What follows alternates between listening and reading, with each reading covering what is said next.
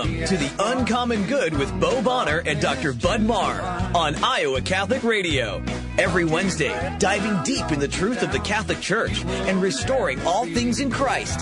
The Uncommon Good, live from the Mercy Live Up studio. The Uncommon Good is on the air. I'm Bo Bonner. I'm Bud Marr. And we are coming to you from our very human situation where maybe we sound a bit more like Louis Armstrong or a croaking frog. Forgive us, but we have caught viruses.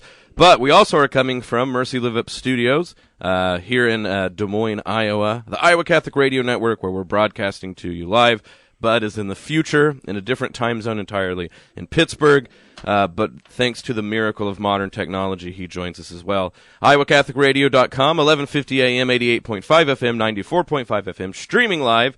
And if you have the Iowa Catholic Radio app, thanks to Blessman Ministries and the People's Abstract Company, you can listen to us darn near tootin' anywhere. You can also get to, you can talk to us on social media, Iowa Catholic Radio on Facebook, at IA Catholic Radio on Twitter. And if you would like to use our text line, 515-223-1150, 515-223-1150, and if your tweet or whatever, your text is not too insane, we might read it on air. Bud, how are you doing today?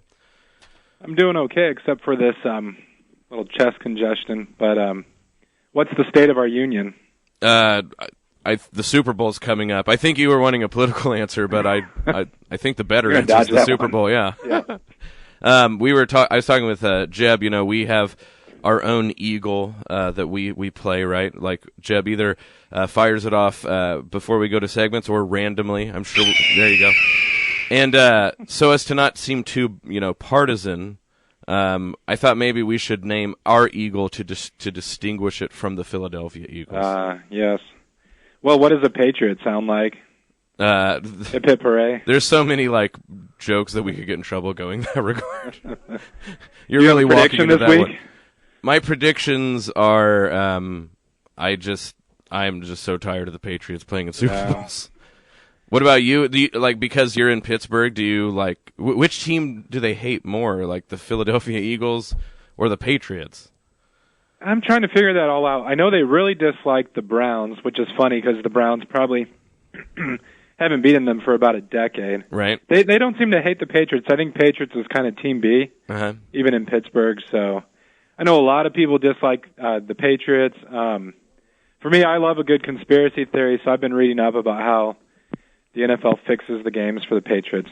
Oh, wow. Well, yeah. That being that I have known many people who try to conspire to make sure we all go to a restaurant they like and can't pull it off. I'm just never convinced of conspiracy theories, but that's a lot of moving parts and humans are involved. Well, I know, but did you see the video of the ref right after the Patriots won? They're like, the ref ran up and he almost congratulated Tom Brady before Brady's teammates did. So I don't know. I know in St. Louis, the St. Louisians were still bitter about Kansas the Super Bowl loss. Oh, no. That's not the Royals, but go ahead. You know the whole theory that the Patriots taped some of the Jets' practices? Right. I don't know. The Rams that year were favored so much against the Patriots and lost, and so somehow the story started circulating that Tapegate also related to that Super Bowl loss, and callers would get angry on air and just fuming mad.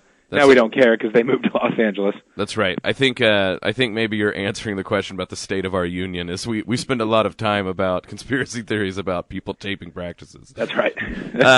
As always, brought to you by Cartridge World. But I guess if you were going to do a conspiracy, Cartridge World could help save you money with all of the documents that you'd be printing out and giving to your friends. They do help save money, but the nice thing is you talk to someone like Joe over there and some of their other employees, and they're very grounded people. So when I'm about to go off the deep end, Cartridge World is great on a number of fronts. Over in Windsor Heights, and just to clarify, folks, I don't think they're involved in any conspiracies unless saving you money is a conspiracy, Bud. That's right. Also underwritten, as always, by Mercy College of Health Sciences. Folks, we really want you to join us next week, Thursday, February 8th at 6 o'clock. We have our third Faith and Healing speaker, and it's going to be a great one. Bishop Pates, our very own, the ordinary of the Diocese of Des Moines, is going to get the chance to talk about his travelings to and fro.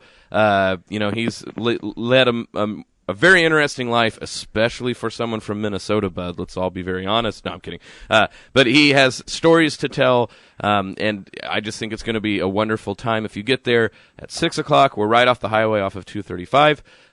We have heavy hors d'oeuvres and everything like that. If you go to mchs.edu/faith and healing, you can register. You don't have to register to come, but it's always nice to know how much food we should get. Well, I hope this comment isn't interpreted in the wrong way, because if I had my druthers, Bishop Pates would be bishop for a few more decades. But as we know in the Catholic Church, when you reach a certain age, they ask about retirement. So is there any conversation around this? I guess the lesson of it all is, like, take advantage, go out and listen to him while you still have the chance. Yeah, I mean, I haven't heard anything except I think that his birthday's sometime in February, too, I think. And you guys at Mercy should get him a cake for that night, or some sort of acknowledgement. That's true.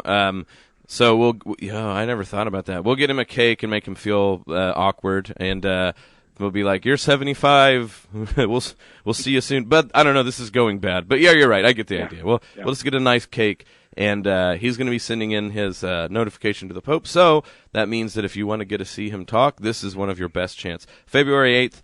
At 6 o'clock at Mercy College of Health Sciences, free and open to the public. Well, we're going to go to the break here pretty quick, Bud, and when we get back, we have Dr. Taylor Patrick O'Neill, one of the new assistant professors in religious studies over at Mount Mercy, sister institution to Mercy, just over on the east side of the state. We're going to talk about Rerum Novarum and really get down to some nice talk about the nitty-gritty with social teaching. So stick around. We'll be back. This is The Uncommon Good.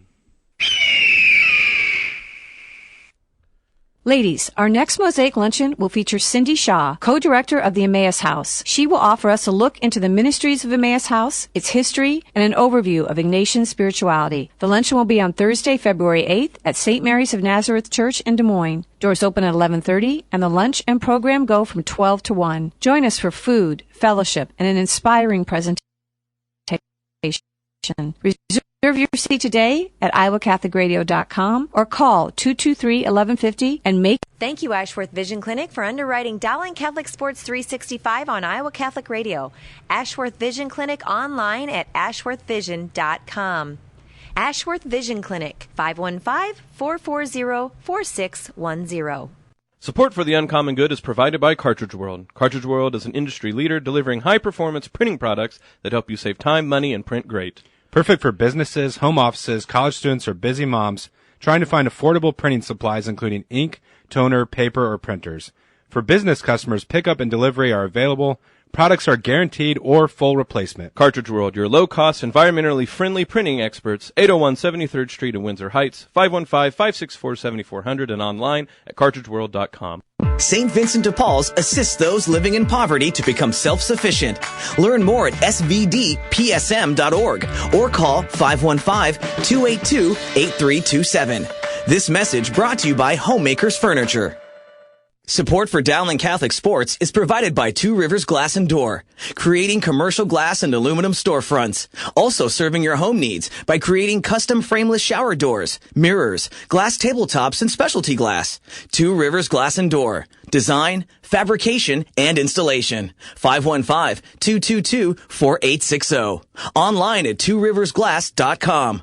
Two Rivers Glass and Door. Serving imaginations since 1992. Back with The Uncommon Good, Bo Bonner and Dr. Bud Marr. We have with us today, over from the east side of the state, Dr. Taylor Patrick O'Neill, Assistant Professor of Religious Studies at Mount Mercy. He is a newbie over there, a first time on the show, and we're really glad to have him and to have him be part of the big old Iowa Catholic family. Dr. O'Neill, how are you doing? Good. Thanks for having me on, Bo and Bud. It's been it's a pleasure. We heard all sorts of great things for a guest that we've had on, Dr. Brian Cross out there. Guys doing some good work out east. Now, where are you from originally, and how's the east of Iowa striking you? Yeah, I'm originally from Wisconsin, so it's not that different. So in a way, it's kind of like coming back home to the Midwest, so I'm enjoying it. That's fantastic. And so then the thought on everyone's mind is you don't necessarily have, any any vested interest in this Super Bowl either, so you're just going to sleep through the evening, right? Yeah, that's right. I mean, as long I'm happy that the Vikings are out, and so now I can sort of sleep well. Boom. Yeah. Shots fired. Well, so we get a chance to talk to you and ask you to come on the show, and we say, hey, your first time you want to talk. What do you want to throw out there? What do we want to warm up with? And you go, boom, Rerum Novarum. Let's just get down to it. So, right. A man after my own heart. Let's talk about these things. So, I'm sure Catholics who have in any way started to hear about Catholic social teaching formally have heard about Rerum Novarum. If you don't mind, could you maybe set up? So promulgated by Pope Leo XIII. Maybe just a little bit of context about when it came about in the Church and why it has had such a long-standing ramifications for Catholic social teaching. Yeah, this is an encyclical. It was released in the late 19th century, so it was released in 1891. But it's been kind of necessary reading for anyone interested in Catholic social teaching since. And I think the reason for that is that the issues that are addressed by Leo XIII here are issues that are at least as relevant today as they were in the late 19th century when it was written. So really, it's a document that is sort of looking at questions like, what is a just wage? How should workers be treated? Even things like wealth inequality, and how do those relate to the society at large, and how do those relate to the question of justice, which of course is something that the Church has to be concerned with. And so it lays out some answers, but the answers are, have to be applied prudently. And so it's a document that's still been mined by Catholics and non-Catholics alike to kind of jump into and try to find some answers to these questions. And Bud pointed out in the opening of the show, we've just yesterday had a State of the Union address. I think most people would say the State of the Union it's rather divided, not only about Super Bowl teams, but politics as well. And so when people hear maybe a Catholic radio show, maybe Catholic radio hosts walking about their day, wanting to bring up Catholic social teaching in terms like just wages, either everybody is like, let's change the subject, or they maybe burrow down into the bunkers they think that they belong in. One of the things I think is very interesting about Rerum Novarum is, this means over 100 years Catholics have been talking about things that were mentioned yesterday in all of the political brouhaha, but also that both of this consideration of Rerum Novarum is both more basic, but then also more forward-thinking, I think, than either side of the political debate. You say that to people, and I don't know if they always believe you. Why do you think it is that Rerum Novarum is, so to speak, that anybody, whatever political spectrum you find yourself in modern America, that Rerum Novarum can still speak to either side? Yeah, I think that if one, we have these sort of gut responses, I think partly because the culture is so divided, and partly because we tend to box even just phrases or words into one of two political camps or one of two political parties. But it seems to me the history of the Catholic Church's social and political teaching is it's trans-political, right? It doesn't fall, especially in a largely secular nation like America. It's not like the Church comes down and says that the Republican Party is the party for Catholics in the United States of America or the Democratic Party. And I think that some of the issues that the Church talks about, because they're so fundamental to the health and the flourishing of society, should be concerns to both parties. And one of the sort of specters, I think, hiding behind concern, especially maybe more on the American conservative side when talking about things like workers' rights or just wages or things like that, distribution of wealth, is the concern that, what we're talking about here really is socialism. But Rerum Novarum sort of explicitly condemns socialism. It's one of the stronger condemnations the Church has given regarding sort of classical socialism. And so I really think that it's a document that every person who's Catholic, every person who's Christian, even non-Christians, should look at, because as you said, these are issues that are as relevant today as they are now, and there are some answers here that maybe fall outside of the lines of the sort of two-party system in America. Taylor, this is Bud Marr, and this is kind of piggybacking on what you just said, but in discussions of Catholic social teaching with other Catholics, I've occasionally heard the comment that, the Pope or popes, they don't really understand the American context. And in our society, conservatives tend to be, like when we use that language loosely, tend to be concerned about state interventions when it comes to economic matters. Do you have any thoughts about, the difficulty of kind of navigating different social contexts? So economies are going to look different in different parts of the world. And what would you say maybe to an American who is suspicious of, what the popes might have to say about these matters? Yeah, I think that one of the things that one of the things you see when you read Rerum Novarum is that it's not giving specific guidelines that have to be followed. Yeah. One of the things that the Church usually does is it tends to clarify its teaching by condemning things that it sees are obviously intrinsically evil, or things which are obviously going against the natural law or the eternal law. And so what Rerum Novarum kind of does is it sets up some broad parameters, right? And it says that classical socialism is not an answer, and it goes through reasons for that, primarily because it negates the right of humans to private property. But it also puts some checks maybe on unfettered capitalism, completely unfettered relations between employers and employees.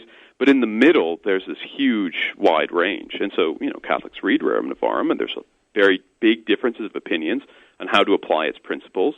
And I think part of that ambiguity, if we want to use that word, is intentional for what, some of the reasons that you just said, which are that each state, each country, each culture is different, and we're going to have to take different approaches based upon the particular circumstances of any given country. And so there's this sort of broad middle between these extremes that are kind of condemned, and I think that's where the conversation has to happen. This is The Uncommon Good with Bo Bonner and Dr. Bud Marr. We're speaking with Dr. Taylor Patrick O'Neill, Assistant Professor of Religious Studies over at Mount Mercy University here in Iowa. Taylor, one of the things, you hear the word just wage, and one of the showcases, I think, of Catholic social teaching is terms that come from a pope over in Italy 100 years ago now swim in the political water of a place as very different, as you said, as 2018 United States. That shows you that there was a powerful impact, that people have still thought about what that means. But it does also mean that if you're the sort of average Catholic in the pews, you might hear just wage first from the sort of political context and not really know what it means inside of Catholic social teaching itself. So in that regard, Rerum Novarum, what is it driving at when it says just wage? What do we mean? Because to your point, just wage is not some magical calculus. It's not like if you can make blank amount an hour, the Catholic Church says you're good to go. It really is context dependent. 2018 America is different than 1950 America, different than 1765 Belgium, but there's still this idea that just wage would apply in all those cases. So what does Leo XIII mean by that? Yeah, he seems to define what he says to be, a just wage by saying that if you are someone who's a member of the working class and you are working for a living, right, which means that you are working to earn a salary and you are working full-time, that you should be paid at least enough that you're able to live, with the basic necessities of life. And exactly what that means could be up for some sort of debate, but it seems that what he's really driving at is that you should at least be able to feed yourself, clothe yourself, give shelter to you and your family, and that's at the sort of bare minimum that justice requires if you are working for a living. Well, and I think that sometimes one way I like to put it is if just wage in our context sounds liberal, or like we said, is the province of one sort of social arrangement or side in the political debate, I like to point out to people that actually, to me, it seems that Leo XIII is talking about just wage as a matter of families, actually. It's a family matter.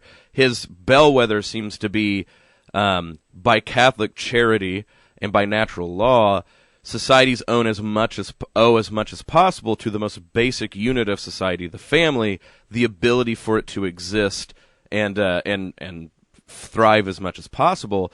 So just wage is less like only thinking about it in terms of distribution, which I think we'll talk about in a bit, but it's actually a matter of, do you care about families or not? And if you want there to be families and strong families, well, you have to be able to make it possible for them to have a just wage.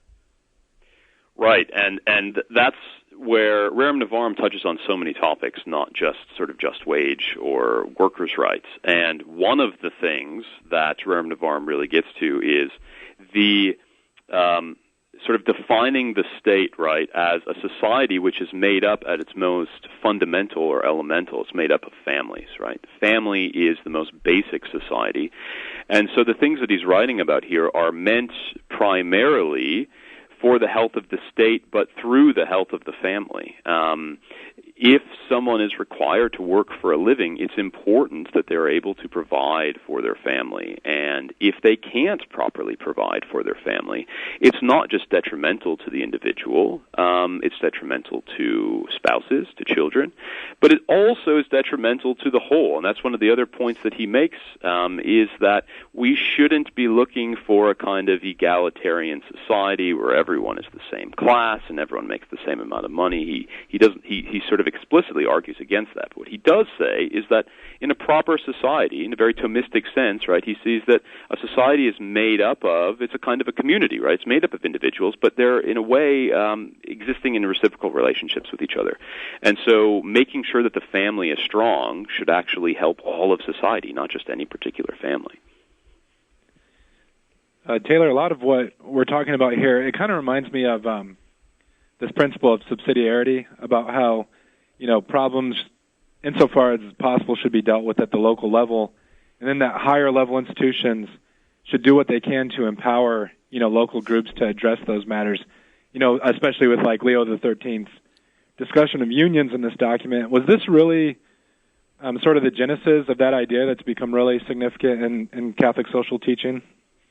Yeah, there were, unionizing workers before this document came out. So it's not like this is, the thing that invented unions or anything like that. But it is a document which gave a lot of credence to Catholic workers to recognize that unionizing is just. And Rerum Novarum is not impractical. Leo sees and says that there are problems that can creep in with unions, and where those problems creep in, the Church and the state need to work together to make sure that the unions are working primarily not for necessarily political gain or to put certain people into office or those sorts of things, but working to make sure that the employees that it represents, the workers that it represents, are, able to live, and so they're able to support their families.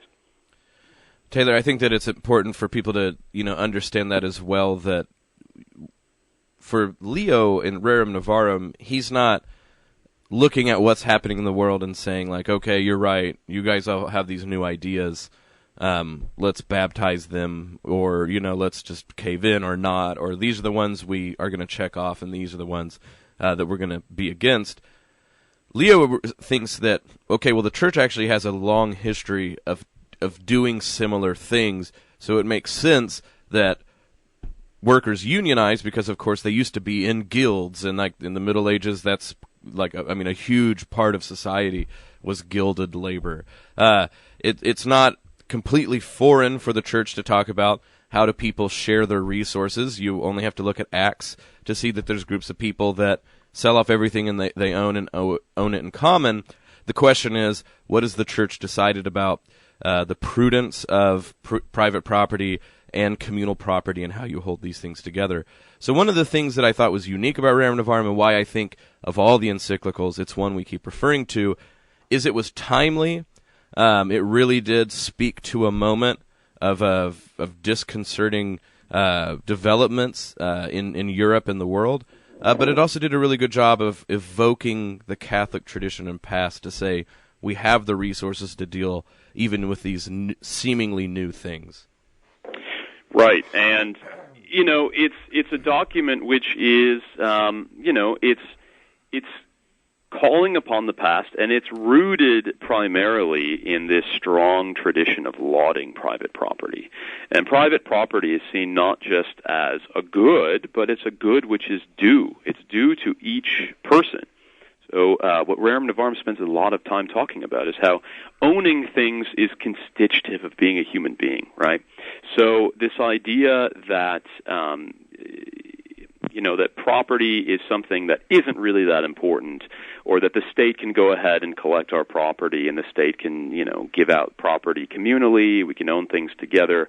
That idea that some people might want to read into Rerum Novarum is decidedly condemned. The Church has always lauded private property as a good that is due to the individual and is due to the family. Well, and Bo, you mentioned the timeliness of the document. Taylor, how would you assess?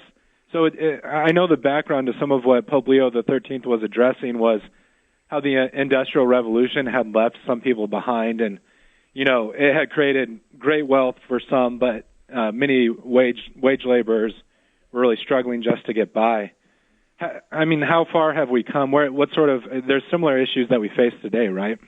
Right. He talks about how he thinks that the state should not necessarily in a normative way that the state needs to be meddling in the economy. In fact, he says the opposite. He says that normally speaking, the state is there to promote peace, to promote order, and to promote the flourishing of its citizens. Okay, and so in an ideal society, the economy would just work out, people wouldn't take advantage of other people, and so everyone would be able to have something. Obviously not everyone is going to have the same amount, and that's a good. Rerum Novarum, is not a document which is trying to get to some sort of communist utopia that's egalitarian. But one of the issues seems to be that historically with the Industrial Revolution, right, you've got replacing smaller family-owned businesses or properties that are handed down over the course of generations. That with industry, smaller operations, smaller businesses are slowly kind of bought up, are put into the conglomerate, and we move closer and closer to monopolies. And so Leo's main concern is not even necessarily to make sure that there are no bigger businesses and smaller businesses or anything like that. But what he's concerned with is that it can be a temptation for those who have a lot, for those who are rich, for those who are in control of corporations, to use their workers as what he says mere instruments for money-making. And so what he's trying to do is remind the state and remind employers that you have to, at the very least, treat your workers as human beings and see them in a holistic manner, not just as cogs in a machine, right? The industrial factories are filled with machines, and so it's easy, it's kind of tempting to see that the humans are just another part of the machinery in the factory. But of course, that can't be the case. We can't fall into that way of seeing humans as just robots or machines. And I think to that, this sort of instrumentalization or even a mechanization of the human being in the workforce, calling to older Catholic ideas like that property, although God has constituted to humans, humans are never for the sake of property. Property is for the sake of man. Humanity is not for the sake of economics. Economics is for the sake of society. That Leo really points out that none of these claims have sort of an absolute claim on us that is above that of the human. So you think famously of Thomas Aquinas pointing out that private property is due to people, but it's not absolute. And you talk about the person who's starving and, gets a potato on the road or whatever. The idea that Leo keeps pressing is, in an age that the 19th century really was, where they've tried to absolutize everything. So Newton's laws are absolute. The laws of history are absolute. All of these laws are absolute. He really puts out this very prudential document and says, the minute that you absolutize these non-human things, the human being fades away, and therefore the image of God fades away in society. Yeah, in a lot of ways, it's a profoundly anti-modern document in the sense that what he takes on in the document are prevailing ideas, which I think we still struggle with, which are that basically, the will is primary. There is no such thing as human nature that needs to be constantly revered and constantly recognized. And so, for example, he takes up the question of, it's said by some that, if a worker and an employee agree on a certain wage, that, then that's what makes a just, right? If there's an assent, right? If there's a willful assent on behalf of the worker. But he says, no, that's not enough. We've got to keep in mind human nature. And so humans, because of their dignity, because they're made in the image of God, and because they exist in a society which is supposed to have good reciprocal order and relations between the classes, each individual human being is due at least what's required to continue living, right? If humans are good, it's good that humans live, and you can't live if you don't have food or shelter, those kinds of things. And so he says that the question of workers' pay is really a question that pertains to human nature and not just to the autonomy of the will or a kind of voluntarism in that way. Well, Taylor, this is a very interesting topic that I think when we get back from the break that we can really dive into that. Can you stick around with us for the second half of the show? Yeah, no problem. Fantastic. Well, folks, we'll be back soon with Dr. Taylor O'Neill, Taylor Patrick O'Neill out at Mount Mercy University. This is The Uncommon Good. Stick around. Also, folks, if you want to make sure to interact with the show, 515-223-1150, 515-223-1150, that's our text line. You can Twitter at IA Catholic Radio or Facebook Iowa Catholic Radio. And then keep in mind that we have the Ladies Mosaic Luncheon on Iowa Catholic Radio sponsoring Thursday, February 8th. And then also Faith for the Journey, the Iowa Catholic Men's Conference. That is going to be March 10th. Great speakers like Dr. Alan Hunt, Trent Horn, and some dude hosting it named Bo Bonner. Stick around. We'll be back with The Uncommon Good. Ladies, our next Mosaic Luncheon will feature Cindy Shaw, co-director of the Emmaus House. She will offer us a look into the ministries of Emmaus House, its history, and an overview of Ignatian spirituality. The luncheon will be on Thursday, February 8th at St. Mary's of Nazareth Church in Des Moines. Doors open at 11:30, and the lunch and program go from 12 to 1. Join us for food, fellowship, and an inspiring presentation. Reserve your seat today at iowacatholicradio.com or call 223-1150 and make your souls active in Christ. St. Vincent de Paul's assists those living in poverty to become self-sufficient. Learn more at svdpsm.org or call 515-282-8327. This message brought to you by Homemakers Furniture. Support for The Uncommon Good is provided by Cartridge World. Cartridge World is an industry leader delivering high-performance printing products that help you save time, money, and print great. Perfect for businesses, home offices, college students, or busy moms trying to find affordable printing supplies including ink, toner, paper, or printers. For business customers, pickup and delivery are available. Products are guaranteed or full replacement. Cartridge World, your low-cost, environmentally friendly printing experts, 801 73rd Street in Windsor Heights, 515-564-7400, and online at cartridgeworld.com. Do you have a story? Well, God wants to hear it. Maybe you can't donate money or volunteer your time, but that doesn't mean that you can't evangelize for the Lord. Iowa Catholic Radio is on a mission of evangelization, and you can help by sharing your testimony with us. Just call 515-223-1150, extension 27, and tell us how Iowa Catholic Radio has impacted your life. Or you can also email your testimony to contact@kwky.com. There are millions of children that go hungry every day. Thank you to Skeffington's Formalware for supporting Mary's Meals. Their vision is that every child in the world should be able to receive at least one good meal every day in a place of education. MarysMealsUSA.org. Back with The Uncommon Good. Bo Bonner, Dr. Bud Marr, speaking with Dr. Taylor Patrick O'Neill, Assistant Professor of Religious Studies at Mount Mercy University on the east side of the state. Taylor, thank you for joining us on the second half of the show. Yeah, thanks for having me, guys. So one of the things that we've brought up in the first part of the show, speaking about Leo XIII's encyclical Rerum Novarum and its endearing influence on speaking about Catholic social teaching, we bring up just wage, and we point out that just wage, you left the last segment saying, it's not just a matter of what people agree upon.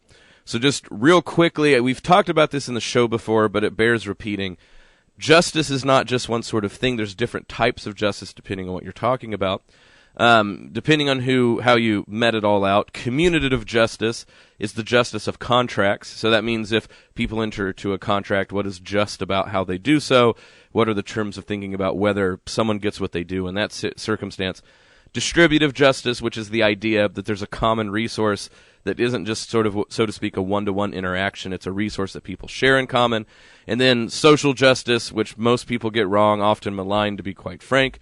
But it's the idea of ideas of justice that either everyone participates it simply as one thing or not at all. So you think about like the Union of States or something like this. This isn't something that people can participate. It either exists or it doesn't, like the rule of law is like this as well.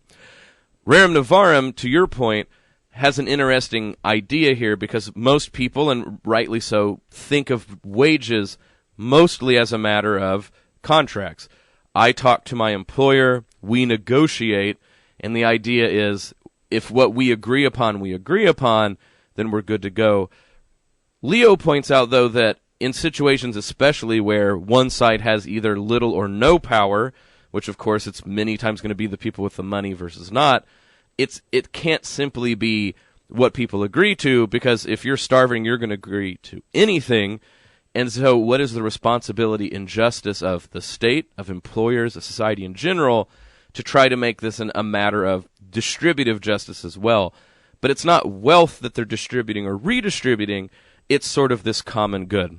Well, I blabbed on too long, Taylor, but with that in mind, maybe we can dig deeper into just wage and how Leo XIII talks about it. Yeah, I think your point is important because it's important to note that Leo is not saying that if you want to go to Walmart and buy something that you absolutely don't need, like a computer or a faster computer or an Xbox or something like that, Microsoft is under some sort of duty to sell it to you by a certain price point, right? What he's talking about is that if you're working, you're for a living and you're being employed by someone as a sort of full-time worker, that things are a little bit different there, and especially because you have to use the money that you're earning to provide for yourself and your family for the basic necessities of life, right, which is different than having nice clothing or nice things or whatever. So I think that's an important distinction that needs to be made there. And I think that another important distinction with Rerum Novarum that needs to be made is that he's not saying that it's the place of the state normatively to dole out amounts of money or to give people, a certain wage or to be directly involved in any manner at all. What he says is that, of course, it's the role of the state to make sure that there's temporal order and peace and that people are able to flourish. There's not people that are dying or starving in the streets, especially if there's enough wealth in the economy to make sure that that doesn't happen. And so what it says is that when things go wrong, there needs to be a receptivity on the part of the state to step in as minimally as possible, but to step in to help fix the problem, and not the state alone. He talks about that there's the responsibility of Christian charity, of work through private charities, work of private enterprises like unions, and all of those things need to work together holistically for the good of the society. I think that is the part that gets missed out upon. Just like we were saying earlier, that if you keep thinking of the just wage only in a matter of left, right, Democrat, Republican, you're going to miss the idea that actually just wage is ultimately about families and how do we have the capacity for families to be strong. I also think it comes to this when we talk about the distribution of wealth, obviously a term charged with political fighting. That when you hear that term, if you just mean sort of the mean distribution of wealth, and like you said, that the state, or really anyone, is the sole arbiter of doling out money, you've already given in to a modern understanding of the world that the church doesn't adhere to. The question starts to be, if we believe in the common good, sure, we will say economists understand the economy, businessmen understand business, but it's everybody's responsibility, but the church and the state, both as the temporal and spiritual head of a society, is to say our job is to ensure the just order of a society.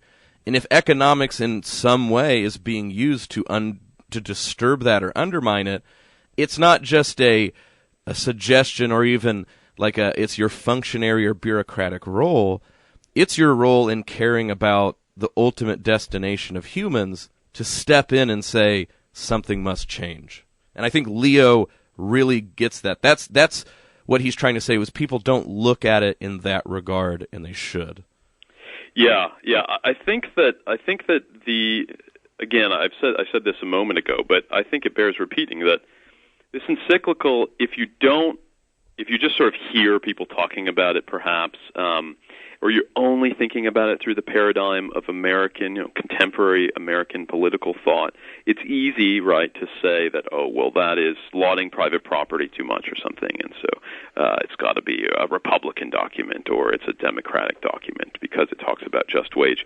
I think that, as we've said, that entirely misses the point of the document, and I think that one of the things that it does in being a very anti-modern sort of secular thought document, one of the things that it does is it shows how sort of socialism and then also a kind of, I don't know what to call it, but a kind of unfettered capitalism where, people are completely used and abused, workers are completely used and abused by employers, and they have no option but to be used and abused, that both of those kind of fall on the same error about what the state is.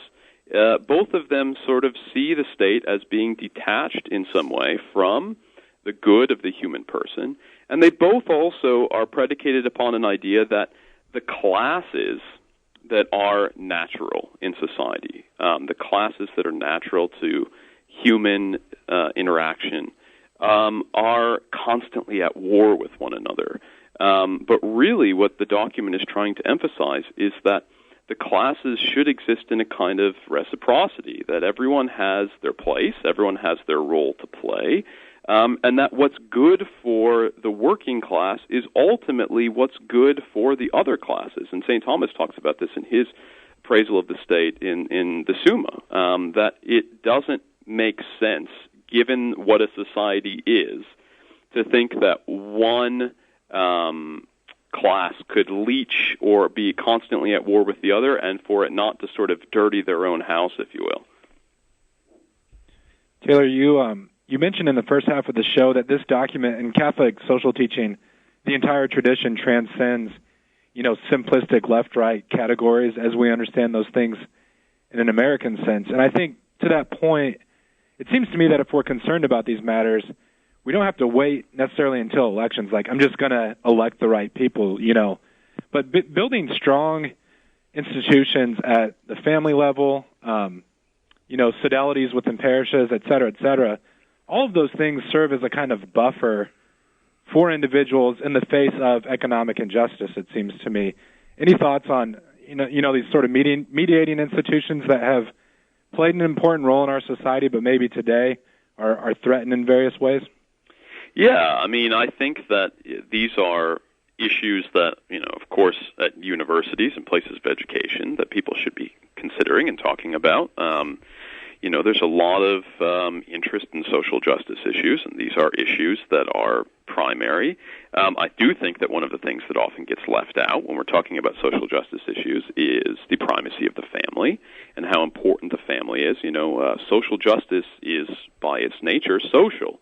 But all social interaction, according to Aquinas, all social interaction is based in the family. And so if the family's not healthy, just like if the cells of the body aren't healthy, the whole won't be healthy. And I think that another way that these things can be instituted beyond voting or getting involved in politics is through people who are employing people, especially those who run small businesses, which are so important. Rerum Novarum really... if you read between the lines, it's implicitly endorsing businesses which are family-run businesses or businesses which are tight-knit, where there's a strong relationship, a kind of charity between the employer and the workers, and that those kind of things can really help to affect the Catholic social teaching beyond just talking in a classroom or going to the voting booth. This is The Uncommon Good with Bo Bonner and Dr. Bud Marr. We're speaking with Dr. Taylor Patrick O'Neill assistant professor of religious studies at Mount Mercy. Taylor, that really starts to hit home, because it's one thing to read an encyclical, talk about it in the abstract, to start to say, well, okay, you Catholics talk about Catholic social teaching, the common good. What do we do about it if it's not just vote every so often? And when we start to press this idea about families, we can also start to press the idea about what should the family really look like in a Catholic sense. Too often we think about families, how they look absolutely right now, or maybe how we remembered them at some golden age, like when we were 9 or 10 years old. The fact of the matter is the family itself has gone through many changes, and many of those changes are because of the onslaught of the modern world. So you think about reading the New Testament per se, and when they talk about families and brothers and sisters and cousins, they have no idea of this nuclear family, right, closed in on itself, only buying resources for itself, not really sharing. To get at this idea is there's not only practical ideas we have about how do you buy from a small business, or how do you try to think about what's best for families. We can actually start to press the case. Are we looking like the sort of family that the Scriptures imagine, that the Magisterium imagines, that Leo XIII is getting at? That might be the questions that we need to, that if we're honest about this document, those are the hard questions, but the good questions we can start to ask is, what would a family ordered towards the common good actually look like? Yeah, I think that that's such a crucial question, and I think that one of the hints that Rerum Novarum gives us is a hint that maybe we might not immediately think of, which is that the closeness of a family is not entirely based upon, but can be aided by the ownership of property. And on the one hand, that might seem kind of trite to say that, oh, well, if you've got a bunch of stuff, that will help bring your family together. But I think it means something different than that.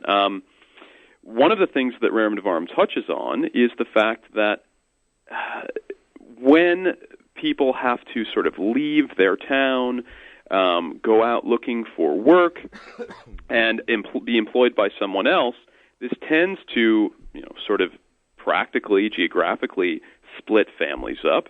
And it also tends to take away one of the things that unites families, which are things like sharing a business or a trade that's passed down through generations, or even sharing property, a house, things like that. And I see this with certain families that have maintained, it doesn't have to be something great, but have maintained a kind of shared thing that holds for them some familial or sentimental value. So, just as a quick example, my wife's family, they own a farmhouse and a piece of land, and it's not an incredibly large piece of land. And the farmhouse itself, if I were to take you guys there's nothing on the surface that would make you think, oh, this is fantastic, right? The value of the house, the value of this shared land, is that it has this historical, sacramental value to them, right? That this is a place where cousins and aunts and uncles and moms and dads and brothers and sisters have been coming together for generations. And so I think that making sure that there's a kind of distribution where property is something that families can own beyond just, having a smartphone and, some bread, actually helps to bring families together, because humans are composite, right? It actually helps to sit on a couch or sit in the living room together and drink some coffee together, whatever, that helps to bring us together. And so one of the ways in which the family can be kind of resurrected is in being able to hold things in common with a family, even tangible things.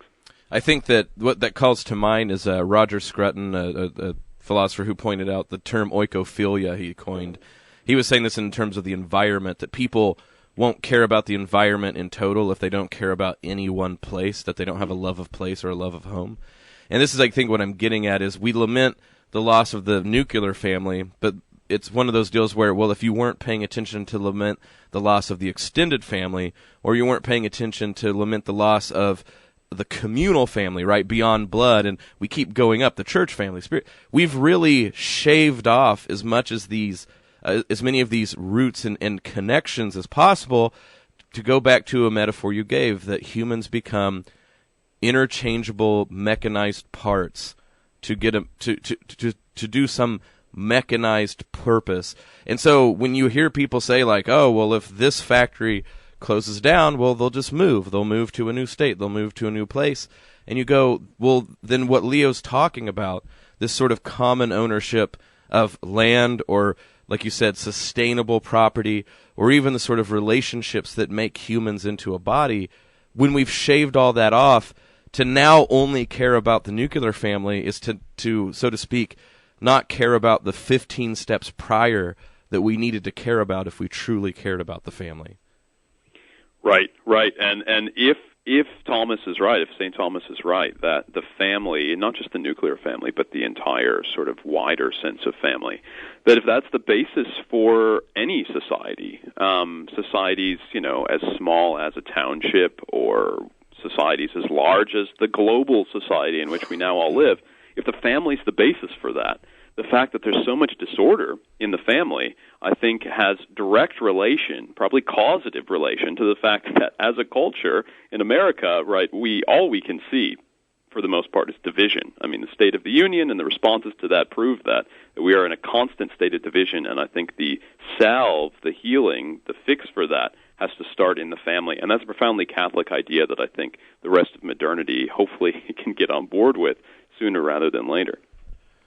Well, Taylor, we've enjoyed this show thoroughly. We're getting to the end of the show, and as we always like to point out when we've had really wonderful shows, we could probably have another hour, but, the airwaves can only take so much of Bud and I croaking at people with our voices addled by the cold. Hey, do you want to tell us what's going on out east if people want to take a mini easy vacation from Des Moines and head out your way? What's some exciting stuff maybe happening out in Mount Mercy or anything around the area with you guys? Yeah. So, Mount Mercy and Cedar Rapids, for those of you who aren't aware. We're doing a lot of good things out here. The religious studies major and minors are growing. We've got a lot of great students, and we've got students who are not religious studies majors and minors who are coming and taking classes in religious studies and philosophy. We've also got a new initiative that we're working on called the Center of Learning for the Church, which has to do with those who are involved with parish life, priests, seminarians, religious education, directors of youth ministry, are able to come and take some courses maybe on things that interest them, things that will help them in pastoral ministries or help them sort of giving to the life of the church.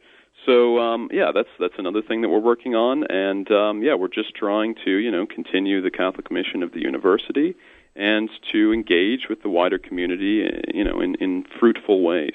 Well, it's been great to have you on the show, and as always, we're scheming ways to get the Mount Mercy theology contingent over here to Des Moines so that we can have a big old Catholic shindig. So right. We thank you. Hopefully we'll get you back on the show soon, and hopefully we'll get you into over here to Des Moines. It's been great. Thanks for coming on the show. Great. Thanks so much, guys. I appreciate you having me as a guest. Yep. God bless. You too. Bye-bye. Well, Bud, it's ending that time, and maybe everybody's happy about it because our voices, I think, are deteriorating as we speak. I'll be honest, it's kind of nerve-wracking to do a show with a serious cold because as I was asking my questions, I was just nervous my voice was going to go out during the middle of the question. It was that bad. Yeah, when our voices actually sound worse than the eagle screech, that's when you know that we need to drink some nice chamomile tea or whatever that you like. As Dr. O'Neill was talking, there are the economic questions that sometimes feel really huge and complex, and we need Catholic thinkers to be engaging those. We need Catholic business people to, be giving a witness to the Church's teachings on these matters. I couldn't help but think, that whole conversation also pushes us out of our comfortable boundaries. Mm-hmm. It's so easy in our society to just get into this groove of comfortability, and for myself even, to go home and veg at the end of the day and just turn on Netflix and, just what we call the daily grind. But I think that talk about how can our families be witnesses, how can we build stronger parishes, all these different Catholic apostolates and things that we can join, that we have to strengthen our bonds as a community so that when we have, families and individuals who might fall through the cracks, we're there to be able to pick them up.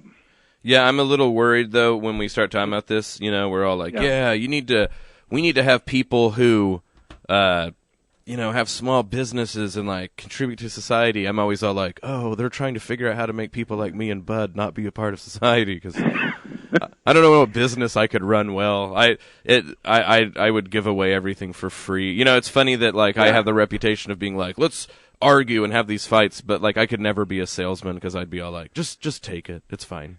Well, as both of us being involved in Catholic education, Catholic ministries, we've both developed a real gratitude towards our benefactors, and I've always thought, oh man, if every member of the church was cut from the cloth that you and I were, we'd pretty much be meeting in shacks and just eating pork and beans. Yeah, bankrupt. I agree. Well, unless, you were talking about like, really serious matters, but in frivolous matters, maybe we should name our eagle Rerum the eagle, after Rerum Novarum. Rerum the eagle. Rerum the eagle. I better do a Latin word search before we... Yeah, I'm pretty sure it means wealth, so the wealth, but at any rate. Yeah. Bud, man, we wrapped up another show. There's all sorts of stuff that if people want to be a part of Iowa Catholic Radio that they can do. We actually have an in-tune bi-weekly newsletter, so 2 emails per month. We don't bombard you, Bud, but you can figure out what's going on. It's easy to navigate. You can find out about all the events we're having, like the men's conference coming up on March 10th, the ladies' mosaic luncheon on February 8th. Maybe, Bud, you can start doing an advice column, maybe a fashion column. There's all sorts of stuff. I mean, there's the sky's the limit, Bud. Dear Abby, but it's Bud Marr. Yeah, or, do the Bible in a year with us at 5:30. The rosary's prayed right before our show, so kind of a leading of prayer before our discussions. Any way you can plug into our ministry here at Iowa Catholic Radio, we're really grateful for your presence and your support. And as always, if you want to text us, 515-223-1150. Even if it's off air, we can maybe answer the question next time. On Facebook, Iowa Catholic Radio, the Twitter handle, IA Catholic Radio on Twitter.com. Bud, it's been fantastic. Get some rest for your voice, and may Jesus Christ, the Prince of Peace, reign in our families, in our hearts and our families, in our towns, city, state, the entire nation, the entire world. This has been The Uncommon Good. God bless, and we'll see you next week.